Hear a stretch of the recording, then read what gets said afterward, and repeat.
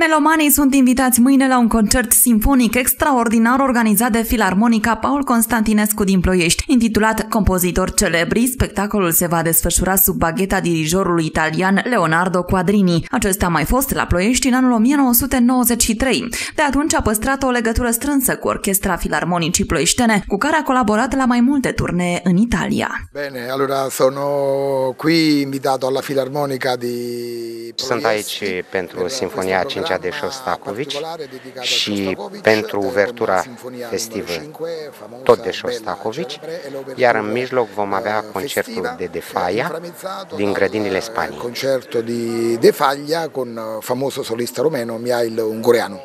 Concertul dirijat de maestrul Leonardo Quadrini va avea loc în sala Ion Baciu a Filarmonicii, cu începere de la ora 19. Biletele pot fi achiziționate și online de pe site-ul instituției.